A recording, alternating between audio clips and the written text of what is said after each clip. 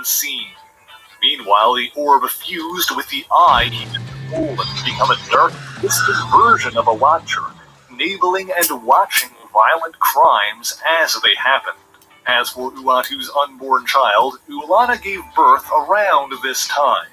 The Watcher's old friend, Adam Brashear, became the newborn's godfather, and used his blue Marvel powers to aid in the child's development, while Uatu could not. But is this really the end of Uatu's story? Well, recently there have been reports of the Watcher's return, albeit still missing one of his eyes. Perhaps Uatu will again violate his oath and take a more active role in certain events. In the meantime, we shall all be watching. But thank you so much for watching this video. If you enjoyed it, please leave a like, share the video, and subscribe for more marvelous content. Be sure to leave a comment letting me know what Marvel hero or villain you want to hear about next, and as always, the issues referenced in this video are listed in the description below if you would like to read them for yourself, as well as links to other places you can find me, including my Patreon page, where for only $1 a month you can make sure that this show gets to keep going. So until next time, true believers, Excelsior!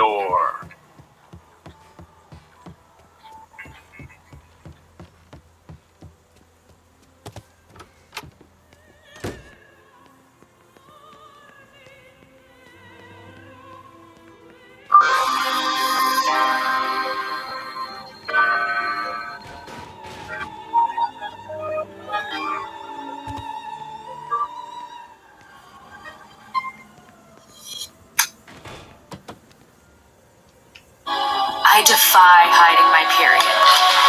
It's natural. I am a news cycle.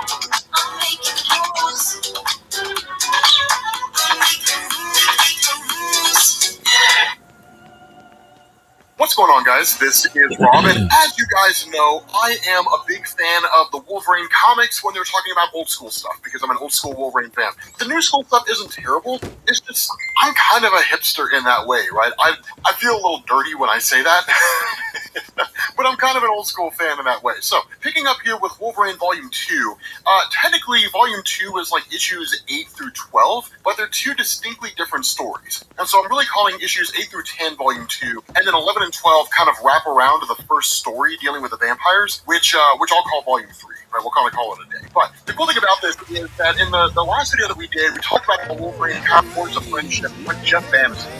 Jeff Bannister is a CIA operative, and this was exceedingly important, right, for a couple different reasons. One, because the fact that Wolverine's always been a guy who kind of knows what people to network with, what people to hang out with, and a lot of that's just because of his history, his experience, and two, because regarding Krakoa, one of the big things that we know is that Krakoa is not really on the list of a lot of people in terms of friends, right? The idea of you look around the world just consolidating into a singular nation, and the fact that Krakoa has really kind of propped itself up under ultimatums and kind of driving society to a degree, right? Offering medicines that only they can provide, and in a lot of ways undercutting a lot of major corporations. Because politicians are usually owned by major corporations, that in turn creates a scenario whereby Krakoa is now shunned by governments because for the most part corporations don't like them. And for the most part, a giant nation of mutants really just presents an existential threat to humanity as a whole. And so having someone like Jeff Bannister on his side is one of these instances where, sure, there's the official communication channels that Krakoa has set up, but Wolverine's got his own unofficial channels. Guys that can give him information that maybe those official channels for Krakoa simply just can't do.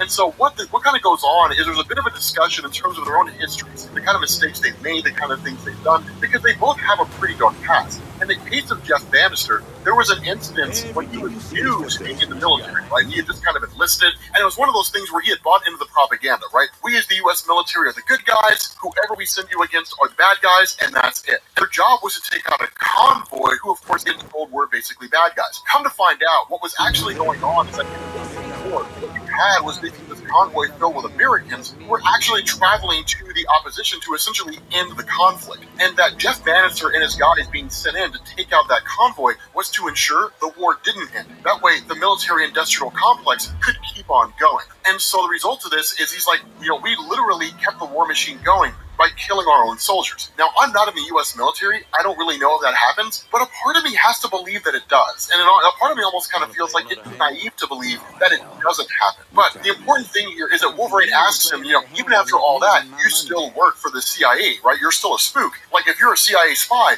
why are you still working for them knowing all this is going on? And the response of Jeff Bannister is, because I'm trying to keep things like that from happening again. He can only do so much, but there is a bit of merit there. Now, of course, he kind of has to work within the lines, right? Work within his role in place, but having made contacts, networking, different things like that, it allows him a kind of communication, at least a series of communication channels that wouldn't be readily available to him had he left the CIA. And so following that, he kind of asks Wolverine, what's your whole story here? And this is when you start to get this kind of secret history of Wolverine. And in fact, we get it on and off over the course of this story, which is really, really cool. But what this does is it actually picks up with Team X. Now, for those of you guys who don't know about Team X was amazing. So this was a concept that I actually didn't become aware of until I started reading X-Men Volume 2. Once I started going back and reading old comics, then I started learning more about Team X. But at the time, when I was like 11 years old, I didn't know that I had to go and read other comics to understand what was going on in the comics that I was reading right then, right? So the long and short of this with Team X is this was initially the entryway into the Weapon X project. Not conventionally. What I mean here is that Team X was basically kind of like a Black Ops wet work team that was an extension of the CIA. But it was a plausible deniability thing, right? Like, if something happened to them, if they were caught, then they would just be totally disavowed by the CIA. They'd say, we have no knowledge of these guys. As far as we're aware, they're mercenaries working for some unnamed person out there. We have no idea what's going on, right? It'd be very easy for the CIA to just cut bait and bail, right? That was the role that Team X played. Now, secretly, and what X didn't know is they were actually an extension of a kind of joint venture between the United States CIA and Canada's Department H. And so because Team X was so effective, what had happened is they were rolled into the 10th iteration or the 10th project of Weapons Plus, also known as Weapon X. And that's why it is that Wolverine's healing factor was bonded to Maverick. That's why Sabretooth, Wolverine, Maverick, all these guys were basically brought in and turned into what were basically the Weapon X project, had their minds wiped, sent on missions, different things like that. To a degree, it's already kind of happening. It's just not something that was made readily available until after their tenure with Team X. But it's one of these things where they talk about how the kind of missions they've done and the kind of things they've been engaged in, they had actually gone onto to an oil platform and basically took it out, right? It was one of the biggest oil platforms in the world. And they did that because, of course, that was their assignment. Behind the scenes, it was one corporation and another corporation. And that was basically it. But there were thousands of people on this platform who died. But at the time, he didn't really care. Over the years, as things have changed and he's basically experienced more and more stuff and kind of lived more of a life, he's come to terms with a lot of these things that he did and really gained a bit of that human side. But during these days of Team X, when his mind was being wiped, he was being used as part of Weapon X. Honestly, that was never part of the equation. Right? His mind was wiped. He was basically given a series of false memories that would basically fall in line with the mission that he was going on to ensure its success, because he would have a personal stake in it. And then he would achieve his mission. Everything would be done. He'd go back, have his mind wiped again. Right? It was just part and parcel, just kind of rinse and repeat over and over and over again. And so what you actually end up finding out here is that Jeff Bannister basically tells him, look, I know you guys have a lot of people out there that are gunning for you, but something you need to know. There's some group out there that calls themselves the X-Desk, and they're part of the CIA. More so than that, they're behind the scenes in the CIA, right? Like, most people in the CIA don't even know they're there. The fact that I was even able to get a name is kind of astounding, but they're gunning for you. We don't know what they're going to do. We don't know what their motivation is, but the CIA has it out for the nation of Krakoa. And that just makes good sense, right? The Central Intelligence Agency is ideally supposed to deal with foreign threats, while the FBI and the NSA deal with domestic threats. But the important thing here is that when it comes to the CIA, in terms of how they view Krakoa, because Krakoa represents an existential threat to humanity, it would only make sense the CIA would create some kind of with the purpose of monitoring the mutant population. So what you end up doing here is basically switching to Utah to what's only basically described as some kind of U.S. government plan. And you basically have these guys that just kind of roll in there. They end up taking a handful of these guys out, and then in turn they snatch up some dog tags, one of which belonged to Logan, and then they basically bail out after gaining some further information. And that's basically it, right? We don't really know what their motivation is. We don't know what it is that they're specifically looking for. We simply just know that they're there. But whoever they are, they were able to overcome some pretty heavy hitters, right? These guys are experts in stealth and espionage, the whole 9 yards, because as most of you guys can probably imagine, breaking into a U.S. government black site and taking out everybody there and then getting information and leaving, that's no small thing, right? That's a little bigger than like stealing information from Facebook servers or hacking Twitch. It's kind of a big thing, right? And so what we end up doing here is switching to the Point in Krakoa, right? Now, for those of you guys who don't know, the Point is kind of like the intelligence hub, right? That's usually where Snoop operates. But if Krakoa had its own, like, CIA, the Point is where it would be located. What ends up happening here is that with Wolverine in, now what we end up finding out is that the nation of Krakoa is basically involved with this break-in, essentially, at the U.S. government black site in Utah. And the reason why is that while this would normally never involve Krakoa, that what they did is they included blood samples. And in fact, they were contacted by the CIA to bring somebody in. And the reality of this is the blood sample basically belongs, or seems to belong, to Agent Zero, also known as David North, also known as Maverick. Now, Maverick is a great character. In all honesty, most modern-day readers probably won't care about Christopher North. That's one of the other names he uses. He uses all kinds of different aliases. And even by his own admission, doesn't really know which name is his. We know it's Christopher North. But one of the things here is that he is OG, right? Honestly, if you really wanted to get into Maverick, you'd have to go and read some old X-Men stuff, right? Really X-Men Volume 2, if you want like the high-octane, fast-paced stories involving X. But it's one of these things where Christopher North and Wolverine have a pretty sketchy history together, right? I mean, they were all part of Weapons Plus and Weapon X, right? So they have that kind of history there. But more so than that, they've kind of been on-again, off-again enemies for a variety of different reasons. But the big question here is what's going on with Maverick, and why would he orchestrate a break-in into a CIA black site? And so following that, you switch over to LA to basically Dazzler's house. And what ends up happening here is that as soon as all these mercs basically break in, of course, that's what they're being referred to as the mercs. Once they break in there, of course, they're met with the entirety of her alarm system, which is basically just like these sonic dogs, right? Just emit like these crazy sounds that basically almost shatter their eardrums. Wolverine shows up, manages to get a hold of one of these guys, and then drags him off. And what you end up having here is him basically interrogating him. And he realizes this guy's name is Crosby, and that's when he asks the question, what's going on? Where's Maverick? Because if you guys are doing this, Maverick has to be behind. He has to be the one orchestrating all of this. Why is Maverick breaking into government black sites and stealing artifacts and things like that belong to the mutant population? What's the goal here? And so what you end up finding out is that in the aftermath of the rise of Krakoa, what you ended up getting is a giant kind of ramping down of the military-industrial complex as opposed to your town. And the reason why is because in the aftermath of Krakoa, suddenly these conflicts between the United States and the Middle East, or these conflicts between North and South Korea, or things like that, started becoming less and less important. Again, the rise of the mutant population under the banner of a singular nation represented an existential threat to the entirety of humanity. So while I wouldn't say this is some kind of Star Trek-esque situation where war, disease, famine are all basically gone, and humanity's been united in a way that we never thought possible, well, that's certainly not the case, and that never will be in Marvel Comics or here in the real world. What is going on here is, even if only momentarily, a lot of humanity are ramping back their spending on conflicts and amping up their spending on intelligence, all because they want to know what's going on in Krakoa. That's how big of an issue Krakoa is. And that's what this guy says, that with the military-industrial complex ramping down and a lot of conflicts coming to an end, there really wasn't a whole lot to do out there when it came to these soldiers, right? That for one reason or another, everybody was either bored and hungry for action, or they were dissatisfied with how they were treated and thought they'd be better off in the private sector. And so while this guy kind of reveals a little bit of this information and says, like, all we know is that we're carrying out jobs for a place called Legacy House. We don't really know what's going on there. All we know is we've been contracted for that, like we're mercenaries. We're paid to perform tasks that require military action. Before he could really divulge any action or any information, this guy's shot in the head, taken out just like that. And so what it does is it switches over to Wolverine, basically being dressed up by Sage of Beast and being sent to Madripoor. Now here's the thing about Madripoor. We've talked about Madripoor before. I love this place. Nobody knows how to navigate Madripoor better than Wolverine. This guy's best suited for it. He spent so much time in this place, but Madripoor is one of those places where everybody minds their own business, right?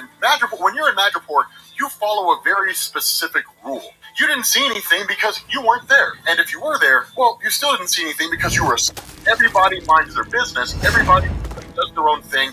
no one snitches or rats on anybody else. It's very much a lawless place. And so when he gets to Legacy House, of course, he says, I'm looking for some company, kind of goes through the normal routine that you go through in Madripoor, because even in Madripoor itself, there is a kind of custom, right? A sort of decorum that has to be abided by when it comes to stuff, because there are some things that go on here, even for Madripoor, are pretty shady. And so what he says is like, I'm actually looking for room 13. That's where I hear all the action is, right? And that's what she says, like 400,000, currency from Madripoor bought is basically what you got to pay to get into room 13. And that's where an auction is being held. And so what you end up finding out as this auction goes on is Wolverine sort of goes about it on his way there. He talks about the time when everything began to change for him. And there was a point where they ended up out or going on this mission, and that they were, essentially killing all these people. So unlike Wolverine or Maverick or anybody else on the X, Victor Creed zealous what it was that he would do. The idea of Wolverine was we just need to take these fuckers out. We don't really need to torture them or anything like that. For Victor Creed,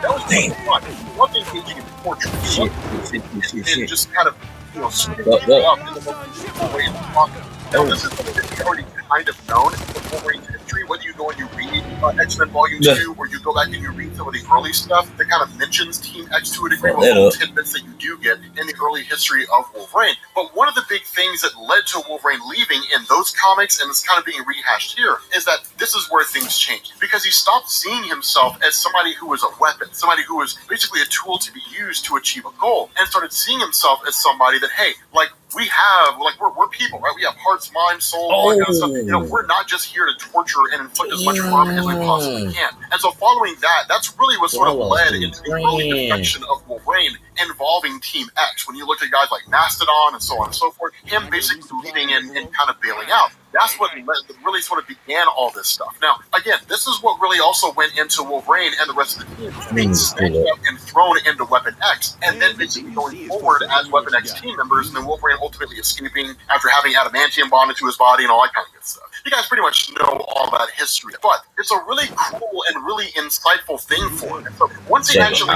gets into this place, once he gets into the actual auction room itself, something I want you guys to notice, everybody's here, right? You got members of the right who are staunchly anti-mutant, right? Just like ultra-right, conservative, crazy guys. You've got the Kingpin, you've got the Verendi, right? So the remade version of the Hellfire Club. You got all kinds of people here. And that's the nature of Madripoor. One of the things that also goes on is that when it comes to the Legacy House auctions, it's not necessarily what you would expect. It's not really always this thing of, hey guys, we captured Deadpool, we're going to auction him off. Or it's not really like, hey guys, we have a sample of Wolverine's healing factor, we're going to auction that off. Or we're going to auction off some vibranium from Wakanda. It's not always that way. Instead, a lot of times it's just artifacts, history. So there are people who are here as much for just the historical value of the things they can buy as they're here for actual worthwhile things that can be weaponized and used for various campaigns that they have going on. It's an awesome concept. And so once the whole thing kicks off, we get a really good idea of what this auction house looks like when you find out that, one, you've got a cyanide tooth that belonged to Black Widow at one point in time, a prison painting made by Jigsaw. Of course, he's one of the most notable, if not the most notable villains of Frank Castle. You've got a Goblin glider that belonged to the Green Goblin that was taken at some point, the cowl of Captain America, which he had when he was thawed out in Avengers number 4 and then released. Of course, he switched his outfit later on. This original one is the one that he was wearing when he was initially frozen at the end of World War II. The gloves of Magnetic Man, the gravestone of Spider-Man when Peter Parker basically died. And then also, he basically reveals that one of the big things they have here is the severed hand of Wolverine. Now, this throws Wolverine for a loop, right? Because the first question he asks here is, how in the hell did they get a severed hand from me?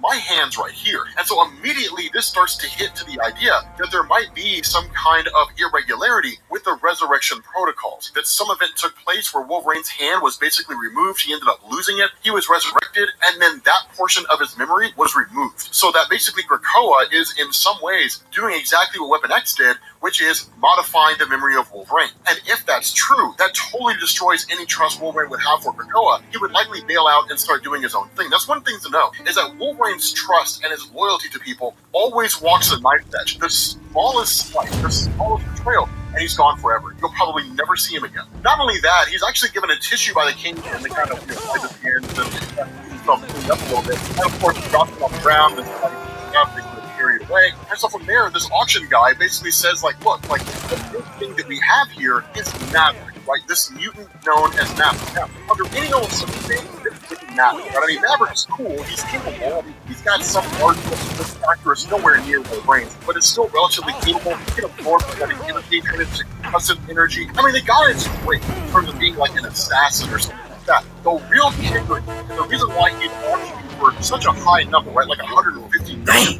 so on and so forth, is because he's a mutant. And so having Maverick on your side basically gives you the keys to the kingdom. Maverick can pass through Krakoan gates. And so, in effect, you could have your own spy. He's been totally mind-wiped, right? So he has no knowledge of his own history or anything like that. But whoever it is that wins the auction would basically get their hands on Maverick. They could use him and say, go into Krakoa, stay there for a few months, and then report back and tell me what's going on. This is huge because you have a lot of people who are going to be competing for this. Not just criminals, not just Kingpin or somebody like that. Entire nations would be vying for something like this. And so what you end up finding out is that with this tissue having been picked up and it basically being analyzed, they end up discovering that it's actually Wolverine. And that's when basically this information is just kind of blown out all over the place. They're like, hey guys, so Wolverine's here.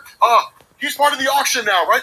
Everybody get him. And of course, these numbers skyrocket. $300 million and so on and so forth, right? It's insane. The gloves of Magnetic Man are used by the auctioneer to basically ensnare Wolverine because, again, his bones are made of adamantium, or at least laced with adamantium. And then following that, you kind of have this brief little memory where Maverick had basically rescued Wolverine, or at least helped Wolverine in the midst of all this, following the events of his involvement in Weapon X. And one of the things he says is, listen to me carefully, today is a victory over yourself of yesterday. And he just keeps telling him that, right? As these two are sitting in these cells as part of Weapon X, he keeps telling him that, right? Like, today is a victory over yourself of yesterday, kind of helping to remind him. This is important because what this does is it ties into the idea, this is one of the reasons why Wolverine was able to escape his confinement during Weapon X, is that where his mind was being wiped, so he was always reminding himself of who he really was, that he was not some kind of an agent for Weapon X, that he could find a way to break out to escape, that kind of a thing. And so that's what he keeps telling Maverick, and it's enough for Maverick to basically regain his bearings, and then all hell pops off, right? All hell breaks loose. Like, literally, Wolverine and Maverick are just like, let's get out of here, man! So, like, they start shooting the place up, right? I mean, they just start, like, shooting the whole place up. The auctioneer pulls out a handgun that belonged to Frank Castle at one point, shoots Maverick across the face, but it's not enough to actually,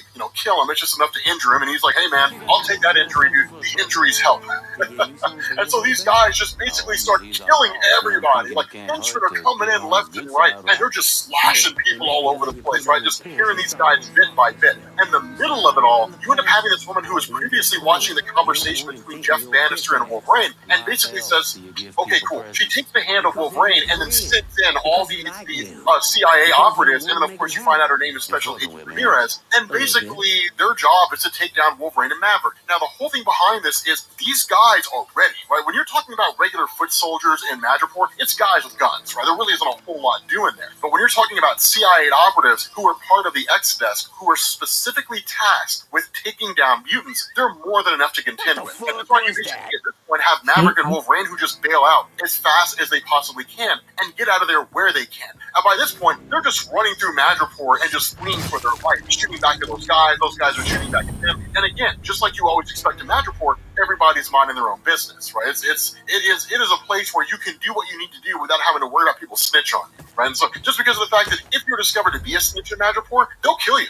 right? They'll probably torture you first and then they'll kill you, right? Just throw you into the ocean or something along those lines. But of course, this basically leads to Maverick having his own Mercs crew basically rescue him and Wolverine, and of course they escape. All the while, Special Agent Ramirez just watching this whole thing go down. So once they end up escaping, it's a kind of a cool little situation. Wolverine is very much at home here with these folks. It's very reminiscent to his days in Team X and his days during Weapon X when it was him and Maverick and so on and so forth. There was a kind of bond, a sort of camaraderie, almost like a brotherhood of sorts that was formed there, and for no other reason than all the missions they went on and all the things they did together. And so where initially Wolverine's very, very hesitant to be a part of the Mercs, he's kind of told by Maverick, look, you can join us, and he kind of starts entertaining the possibility a little bit. Now, ultimately, they end up traveling to what's basically the safe house for Legacy House, which is where like all these artifacts belonging to the mutant population, and it's not even just them, right? It's the X-Men, it's Advanced Idea Mechanics, Hydra, the Fantastic Four, S.H.I.E.L.D., the whole 9 yards, right? All these things that have just been taken over the years, whether it's because of conflicts that unfolded, because they just sort of keep them around, whatever the case is, right? Things they just kind of snatched up that were just sort of laying there after the end of a massive event, they're all taken and they're all auctioned off to people for a variety of reasons. but all of it's basically torched. All of it's essentially destroyed. And so, again, at that point, you end up having Wolverine who brings Maverick to Krakoa. And that's when he kind of shows us what Krakoa is like. The reality of this is that Maverick's not Krakoa. One of the things to know is that Maverick sort of continued on where Wolverine stopped. That when Wolverine kind of found a home among the X-Men back in Giant Size X-Men #1, when he joined the X-Men team, that never really happened with Maverick. Maverick always kind of stayed on his own. He always did his own thing. And that's what he tells Wolverine. Like, look, man, I'm not really down with this. When Wolverine says, like, look, we can remake you, right? We can, basically you have to kill yourself. But, like, the Five could resurrect you. And they can make you Maverick like you used to be. The response of Maverick is, no. Like, if the last few days have taught you anything, it's that I don't want to go digging around in the past. Who I am now is who I am. And I'm fine with who I am. I'm fine with my mercs. I'm fine being where I am. They're not really family, right? It's not a thing where, like, he'll go to the ends of the earth for his mercs. At the end of the day, he's paying them for a job. And if they die, he'll replace them with more. That's just kind of how he sees things. At the end of the day, when it comes to Maverick, it's just Maverick. Like, everywhere he goes, there he is. He's really the only one he actually really ever cares about. And so when he kind of extends this to Wolverine, he's like, look, man, I've got everything I need. Right? I've got everything I need with my mercs or with my organization, my business, my whole 9 yards. If you ever want to come join the mercs, hit me up, right? And that's when Wolverine says, well, if you ever change your mind, come and find me. So the door is kind of always open, right? The offer is always there. And so what you end up doing is switching over to New York when you have Maverick showing up at a coffee shop and sitting down with Special Agent Ramirez. And what basically seems to be going on here is that because Maverick is a mercenary, and that means loyalty to whoever it is paying him the most, Special Agent Ramirez seems to be paying him a whole bunch of money, or possibly because of the fact that he's always been an agent for Special Agent Ramirez. And they were one of these things where this whole situation was set up for no reason to gain the trust of Wolverine again, and then find a way into Krakoa so he can report back. So basically, working with the CIA, whether or not he's going to spill it, kind of serve as a spy in Krakoa and report back to the CIA on everything that's going on, we don't know. But what it looks like here is there's a wolf in the hen house. Yeah. That's really what it looks like. God, boy. But with that being said, guys, we're going to bring this to an end. Thank you guys for watching, and I will catch you all later. Peace. Oh, my God. Oh, he got to be some more people in here. Let's shoot. Happy Wednesday, everybody. Thanks for joining us back on the Big Bang. It's a fun episode for me and for you, because I have my buddy Naveed McEllargy, producer. Met him at Silver Pictures years ago, and we're going to talk about a lot of different things. I have questions about streaming and how that's changed the business. Will Matrix 4 work? We both worked at Silver Pictures. We were both there after the now, but the question is, will it work? Do people want another? And I want to really get to Naveed's expertise. And there's a lot about the business. We've also, together, have seen it change dramatically from the time we worked together in 2005 until what it is today. And I'd love to get his thoughts on it. He's working with a lot of people that I'm friendly with. He's working with people that we've worked with in the past and other things. I don't know what the hell he can talk about. I don't know what he can't talk about. But we're going to talk to him today. It's going to be a blast. I'm excited about it. You guys should be excited about it, too. A lot of you might know Naveed from the early Showdown days and stuff that we did there, but if you don't know a lot about him. Hey, bro. So, hey, you okay? He's funny dude. I'm excited to talk to him. He's my pal, and your pal. By the end of this one, I promise you, you're going to like Naveed. It is the big thing. We'll see you in just a moment.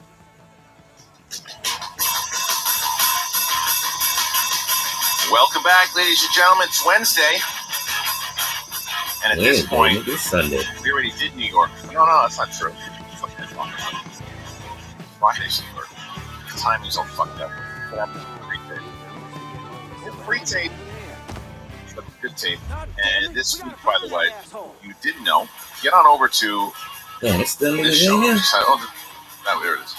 Me and Mark, October 8th, New York Comedy Club. Go back and look over there. That's well, shit. Mark's gonna even be there tomorrow. So the 7th and the 8th, we will be there. And you should, well, if you get to New York, Naveed, you should be there. And then on Saturday night, the new movie trivia Schmodown, champion of the world, Marisol, and Griffin Newman versus George Horowitz and the Underground. Check that shit out. But that's not why we're here today. We're here today because I got my pal. What's up, Naveed? Hey, how you doing, brother? It's funny how this deal came about. We're like, just you and I texting, saying like, hey, by the way, you want to do the show? Yeah, and my favorite comment that you made, which is not untrue. You're like, you should have me on your show. I tell good stories. I was like, it's true. It's Some true. of them I can say. Some of them you can say. There's some that you would not today you would talk about, but there's so much to talk to you about because even when you came in, you're like, what are we talking about? I was like, well, I want to talk about the Matrix. I'm like, I would work there when we did the Matrix. That's not what I wanted to talk to you about, though. The thing is that, first of all, how do you feel about the HBO Max strategy? As a producer, I'm so. I love it, by the way. I love the idea of releasing it the same day and in the theater. And I know that I'm in the minority, but I love it because of family. I don't go to the theater much anymore. I go there and I want to watch something. Fucking plop down, great. I don't feel like I'm out of the loop. I have to wait fucking 2 months to watch it. I can watch it right then and there. That's what I'm excited about with Many Saints in Newark, which this time I guess I've already watched. Dune.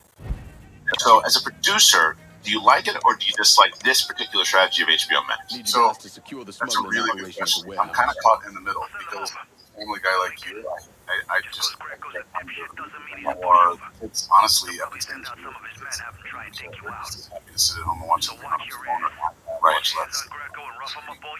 The whole idea of going to the theater and seeing some big spectacle, I feel like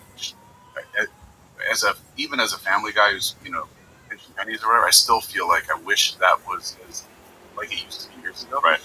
But it's going away, and as a producer, it kind of sucks because I mean, financially, economically, people make money when something don't make a lot of money if it does well on Netflix. Because I mean, unless you make a story. But isn't that going to change something? The deals will change. I mean, if the deals change, trained as a medic. well, because right now I don't know. Still carried a gun. They buy out back end. Every man now You come. know what happened? That's what happened with Scarlett Johansson, right? Army didn't know what to do with us other than they didn't want us fighting with the white. They go to you and go, okay, look, this movie, you in my movie might have made $100 million in theaters. But you're not going to get the gross. Border with Germany, and we were ordered to take it. We'll just give you. For anti-tank guns we had. Those are Disney's already crushed. But there was no way in hell we were letting them get the better of us. We were determined to show we was just as good, if but not better. going back to your question about Every theatrical, other I mean, soldier financially it sucks. Yeah. But people weren't really going to this anyways, and then the pandemic hits. I don't Nobody was going like to, right? talking about So, in some respects, I love the idea. I do think medals collapse I got over there. probably a good Like idea. 30, 45 days, yeah. Because, well, That's what's that's Only way a man survives something like that. that's all about through the marketing grace dollars. of God. You don't want to spend $100 million. Doesn't You actually seem bring right. in another $50 million Celebrate. marketing 3 months later. Right. Little piece of tin. If you want to go see it in the theater early, No one knows I helped Lincoln except for you. Yeah, the way that I looked at it when they announced all this stuff was that people were like, "Oh, HBO Max, Secret, mind you. they ruining everything." No, what they did was, and a lot of people don't understand this, is that when all of these movies, Dune, Matrix, when they were all greenlit, they were greenlit with the idea that they're all coming out in the theaters. Yeah. But when the pandemic hit and everything happened, they said, "Well, okay, look, we have this new subscription thing.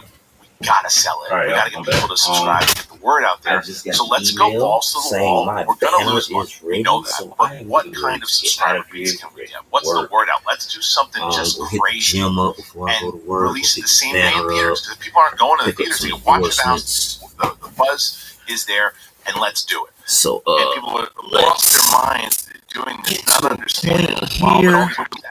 there was no chance that a movie that cost $200 Change million is clothes. going to make that back I up. will be back doing But this can you tonight. make it back up eventually with all the subscribers that you keep? I think, look, the timing for them in one respect was good, that they were launching it and they had all these great movies that they couldn't put out in theaters. They were either going to have to hold them for a year or do it, right? In that respect, it was great. And I think their subscriptions went up because of it. But they paid for it. I don't know if everybody knows this, but they went back and had to renegotiate all these deals. Right. And I've heard numbers that seem bananas. What have you heard?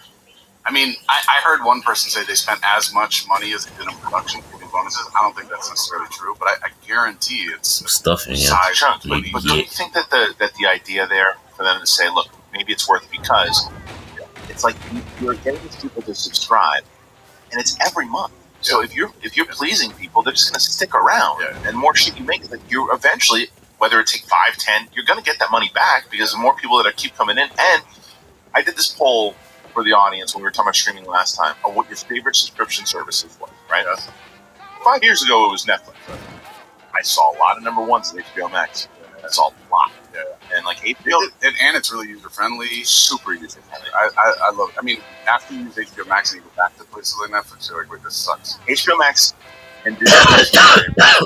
HBO Max because it's got everything that I like, and all I was doing was watching Sopranos for the last 3 months, right? But there's always movies that I can find that I like. It's not like I feel like a lot of different places you keep scrolling through shit, you never find anything. There's always something on HBO Max that you can find, so I love it there. Great library, and their original stuff is really good. The scene from Marriage I've been watching recently. Mayor, I have to. It's the best in here somewhere. Mayor of Easttown was awesome. Road. So they're doing it right, and HBO always did it right as far as series went. But now this allows them to get back into that game. Netflix, to me, it was funny because I said I was going to cancel Netflix, and then someone said, "What about Cobra Kai?" I'm like, "Oh, I can't cancel it." And they're like, "What about Stranger Things?" I'm like, "Oh, I can't cancel it." There's a lot of shit on Netflix I do like. I just feel like they have so much shit. Yeah. And then Disney Plus, not only because of the Star Wars stuff and the Marvel shit, but my daughters, they love it. It's perfect. So I know, especially that young. Yeah. I think, two things. One, I think what probably will happen is there's either going to be a window for certain kind of movies, or it'll be more of what Disney's doing, which is you charge a premium. There's no way HBO is going to just keep putting them free on both at the same time. What I don't like about that Disney thing, though, I don't like that because, I mean, if anything, I would prefer HBO Max upping their subscription a little bit, and saying, because right now it's like what, $7.99 or some shit, $8, whatever it is. If HBO Max was like, okay, look, we're going to still do the thing, or maybe the same release schedule that we're going to do, or it's a month later, but it's going to cost you $10 or $11 now. I'd be like, okay, I don't like this thing that Disney does, where it's like $30 on, because I'm already a subscriber. So the Black Widow comes out, I'm already a subscriber. Now they want to charge me $30. I get it if you're putting it on Amazon. It's on Amazon, and it's okay. You're not going to get it here, but you can get it on Amazon. Okay. You put it on Disney Plus. I subscribe already. Give it to me. That's one. It should be a perk. I hear you. I just don't know if that's it. Probably not, but especially if anything, but I think that it's going to change once, like you said, and because of the way things are shot now, and the way the budget's going to be different now. The budget, like I said, the actual budget is going to be, well, what's the streaming cost coming down. I actually think it's going to benefit films. I'm curious if you feel the same way here, because like my favorite Terminator movie is the first one. And I think that it's because of the practical effects. They focus more on like the horror story element. I love the second one, but I think that we've gotten away from that pure kind of filmmaking. That maybe they'll be forced to do it more so. Like, did you watch any Mandalorian? Yeah. The Robert Rodriguez episode was fantastic, and and the stuff that they're doing with what's called the Void, or whatever the fuck that thing is. He was talking about, but the technology is great. But the fact that he shot on location with volume thing. And shooting that kind of stuff, do you think that this, because of the streaming and the budgets, will get away from these $200 million movies? I mean, I know how some still Marvel and running around, but and force you to do that kind of old school shit? Well, this was part two of what I was thinking. So I teach at USC, and this new semester, this is all we've been talking about for the last 2 weeks. Streaming. I teach a business class. I teach a producing class. It used to be 10, 12 years ago, and I have a funny Netflix story. I can tell you. 10, 12 years ago, there was two kinds of movies. The $100+ million ones that were all, and by that point, it was like it has to be IP rights. It has to. How did you get back here? Or the Rover. Yeah. What kind of shit is this? Which is a great movie, but it's like $4 and a Snickers bar. Or the things that you made independent. Right. Now, there's a big spectacle. I spend a lot of money marketing on it. There's streaming movies. Yeah. And there's independent finance stuff. Yeah. The streaming ones, I like this red, whatever it is with the rock, Oh yeah, that's cool, but I don't think I don't know, but I don't think they're going to keep doing those because I mean, why go spend $250 million? It's not like you're getting more and more subscribers just to the one brand. You know what I mean? Right. Like at some point, it's going to be like at the end of the block. People are going to stay around. Oh, the kinds in of there. things you were just talking about. Face down a pussy right now. And I think Apple's like really high end. I'll go on the front. You take That that. sci-fi show we just did recently. Press the wrong, grab his ass. Yeah. Somebody Foundation. kills that prick for me. Okay, is it? Did you watch the series? I was dying to. My fiance. The same shit that I go through. Like you only get a certain amount of time. It's like a negotiation. That's what I'm trying to watch. What you're saying. So I do think that like if you but you said it. Here we go. This shit. Well, I don't want to say anything like that. Go end up with my car. He's a little fuck. That's And it's funny because Apple's God damn it! Why don't you just let Marcano handle this jackass? Marcano would just kill the little shit stain. I want to take my time. Besides, until I can get at Marcano directly, I it's the next best goddamn thing. correct. A lot of people start like Ted Lasso, right? I mean, you're like, I will watch that. I will subscribe to Apple forever. Right. Don't you get it anyway? You have an Netflix. Oh yeah. You're right. So I mean, that's my wife watched the morning show. I missed the first season. Ted Lasso, she couldn't get on board with it. No, I know. It's the best show. I watched like the first 4 episodes. I liked it a lot. I'm gonna have to just do it myself. Watch it. Do it. Season 1. She won't do it. She's just okay. So if you see her on the way out, you can talk to her about it. But she's like, fucking, why did you watch Ted Lasso, motherfucker? Yeah, she's like, oh.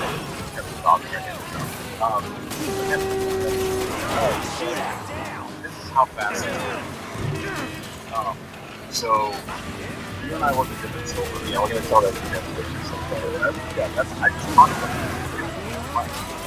That's kind of like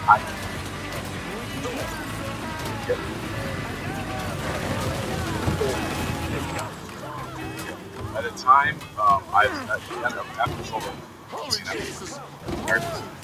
right. Good. Not realizing that those budgets were getting harder. Yep. Right. I was running an upstairs.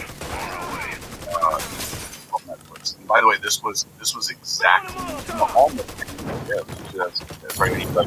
You left Silver, right? So, No. After Regency. So it was not even 10 years ago. It was March. So, The fuck are you? Get him the fuck out of here. The cops are closing in. Hey, get the door.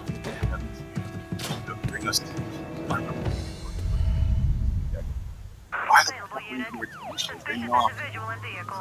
You're gonna have to shake these pole redneck motherfuckers.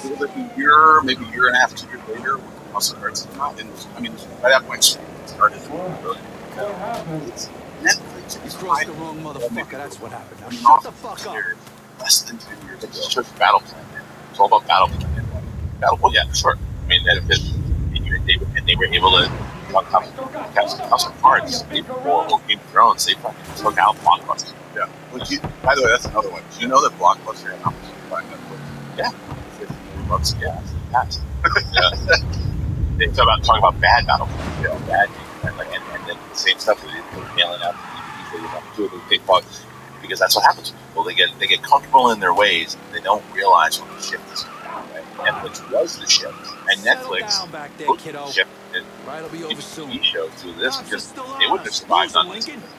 So look at that, and look at the way that they did it. And now everybody followed the footsteps of Netflix because that's what always happens, right? They're like, well, look at TiVo. Like TiVo, no one talks about TiVo. TiVo was the first motherfucker that was pausing and stuff, pausing TV. No one talks about TiVo. It's always just do it on any just part of the technology. And that's what Netflix was able to do. But now, I remember talking about this on Collider. There's like streaming wars. I was like, it's going to take a while for me to catch up to Netflix. Just because you said with money and with stars and with names. And look at Disney. Like Disney came right out the gate. And because of all the connections that they have. I'm just surprised. Back to your place. Get there to get you to launch. Go around to the chub shack in the back. Think you see it. And as for you, have a little dignity, Christ. It's that old school mentality. As focused as you get. movies are the key. Look, remember when we were doing the simple thing of Any smoke, chance Lincoln and had how of bringing people were down like, Sal you know, Marcano ended with the death of Vito Scaletta. What do you mean that? People write reviews. No one's going to Yeah, watch yeah, talk nigga. about movies. And now people react to trailers, and it gets millions of views, right? So the medium has just changed completely, and it always is, and people were jumping on it. But going back to the Disney thing is that you look at like Obi-Wan Kenobi, right? I remember the script on director Back to Billy your Elliot, place. Pull around to the chum shack in the back. announce it, here it As for comes, you, have a little and then dignity. it goes away. At some point, they had Shut your bitch ass up. Watch out for cops. I would. You don't want to get pulled over with this asshole in the back I seat. never saw a Star Wars movie ever again. Series of Shout out to my viewer. A couple of years there. I The really real thought I might be MVP. done with all the Jimmy Cagney Hanging with the bullshit. kid, man. Step back. With his But stream. here I am. Tony, I kind of Gonna figured you pick for up more his than banner, a man. The sport quarter, man. One final push. Look at you, kid. Going for city You know, council, God's seat got a at sense of humor, large. too. It's sick as Trying to shit, make but that everybody's lives motherfucker's better, got one. not just my own, man. Started, right? Like cable companies started creating great cop shows, right? And like all these things started, right? Yeah, because what you found out was like, take a 2-hour movie and expand it, spend more time on it. Spend more time. So remember, come November 2nd, man. 8 hours, 6 hours. Vote for the kid, John Tyler. Absentee ballot voting has already started. So if you have some family members that's here in Columbia, South Carolina, man, you know, there might be a little disabled, can't get out and vote, but you want them to support me and they want to support me, go ahead and file your absentee ballot votes now. They showed everybody. And when that happened, because of the network, some shows figure it out. Like a miracle. Okay, you go all right there. So Your yeah, eyes don't believe it. Like commercial. Settle down back there, kiddo. Hulu and Right over your Netflix soon. and everything out there. Battlestar Galactica on Sci-Fi was able to figure that out, but nobody. That was a strange thing to me, and it was done fairly cheap for what it was, and it looked great. And nobody really capitalized on it. They were gonna Ron Moore was going to do Star Wars show with Lucas, and then it sold. It didn't happen, but yeah, you're right, man. Like that now that they're able to do all this, all the fantasy, and to work, have the characters develop. That's what I love. I mean, that's the other hit. Going back to the movie, that's the other hit. Like, I mean, there's still a lot of fun to be had in 2 hours watching something beginning, middle, and end.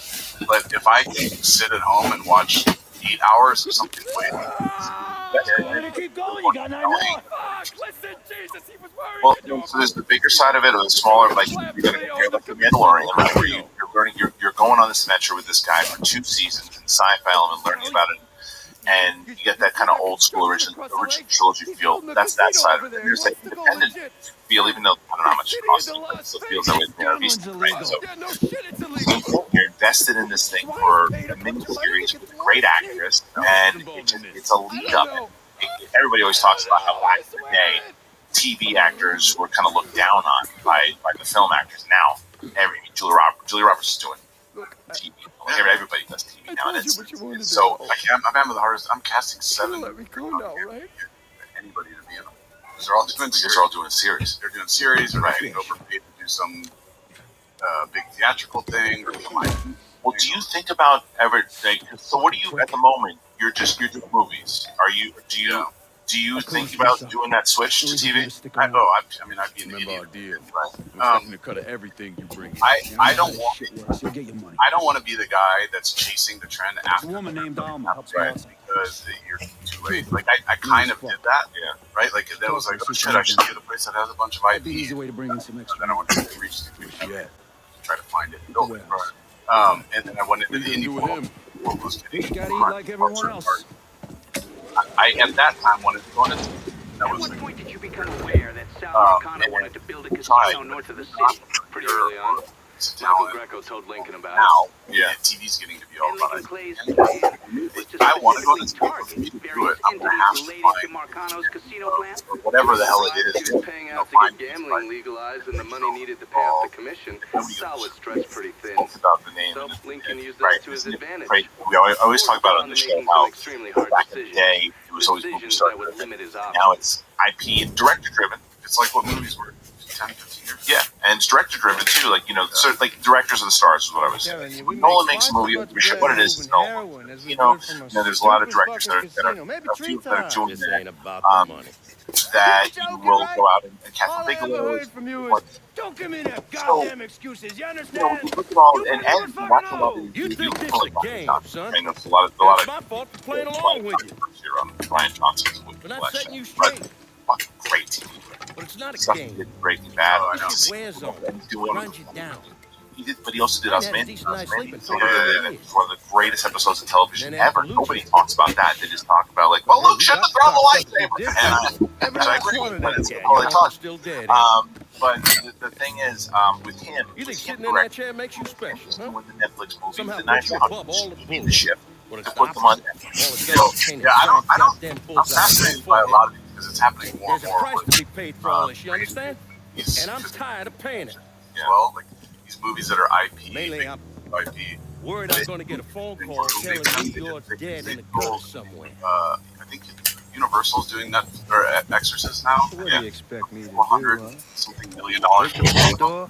Yeah. Grab And them folks like as they come on in, maybe give them a quick slap but on the it's ass? IP again. If you have Work IP, with me. you can repurpose it in some way. But if the first one And then sucks, after a few years, after I know everything's settled down, you'll take over. You got a title that you're able to do. That's Find awesome. yourself a nice woman. Give me some fucking Let's go grandkids. back to the streaming stuff because with the big Bonus IP, it's, fuck. speaking of IP, Matrix, right? It's the only way, son. So, Silver Pictures really, not, I mean, because they had Die Hard, obviously, World they has had changed. Better, they had all that stuff in the 80s that built up Joel's name, Used all to this be people knew their place. science and all that stuff, but Now everybody's it was screaming about Matrix that equality. gave him like his own Star Wars. Now they all right? deserve a slice of the You pie. when did you join? You joined Silver Pictures in 2004? Mix, Gooch, you name it. Do you remember? I don't think you. How we're doing things won't work in a world like When I that. started working there, I started working for David Gambino and Eric Olson. But about a year before you were, or 6 months before you were looking for an assistant, you found Jesse Yeah. before that. So I actually interviewed with you. Did you know that?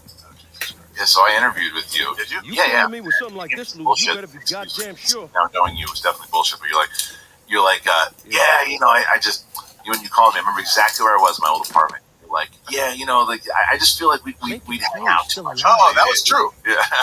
Well, and which ultimately what we wound up doing. I wouldn't have hung out. Which is actually true. And we wound up hanging out. How many times did we wind up going to Vegas together and hanging out? Clay is alive. It was a lot of fun. But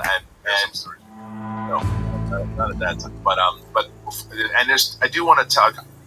I've told the story about the He-Man stuff that I'm going to tell today because you were there. Yeah. You were there during all of it. So if I usually tell the story the true way, but if there's any things that you have to say, oh, but then this happened, we'll get into that. But Matrix. All right.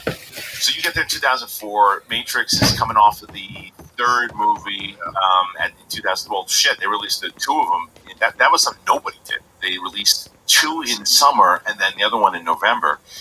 And everybody's excited about it. They don't do well critically. Right. And then, but Joel built his name. People didn't realize that the shit, when we worked there, man, they were like, you can attest to this. They usually make a movie, a production company will make a movie, like once a year, once every 2 years. They're making 3 movies a year. Yeah, at least. Yeah. At least. Yep. And it was that shit not happening. No. It was crazy. And then I was working for 2 motherfuckers getting paid like $500 a week. It was a joke. But either way, The Matrix comes out. So we never think that we're going to see another movie because of the way that it ends. Yeah. Then they announce which houses are going to do it. When you hear it, do you say that makes sense for today, or why? I say that makes sense for today. Right. And it's just Lana that's doing this one, right? It's not. I don't. I think it's no. just I think you're right. You might be right. But yeah. And they were developing. I know there was a point where they were developing a couple different versions of how they were. All right, well, I'm I out. think it makes sense for today. Boy, I don't Ghostface know Gaming. that I wouldn't have. I mean, See y'all later, man. I'm sure they have plans to do I would do like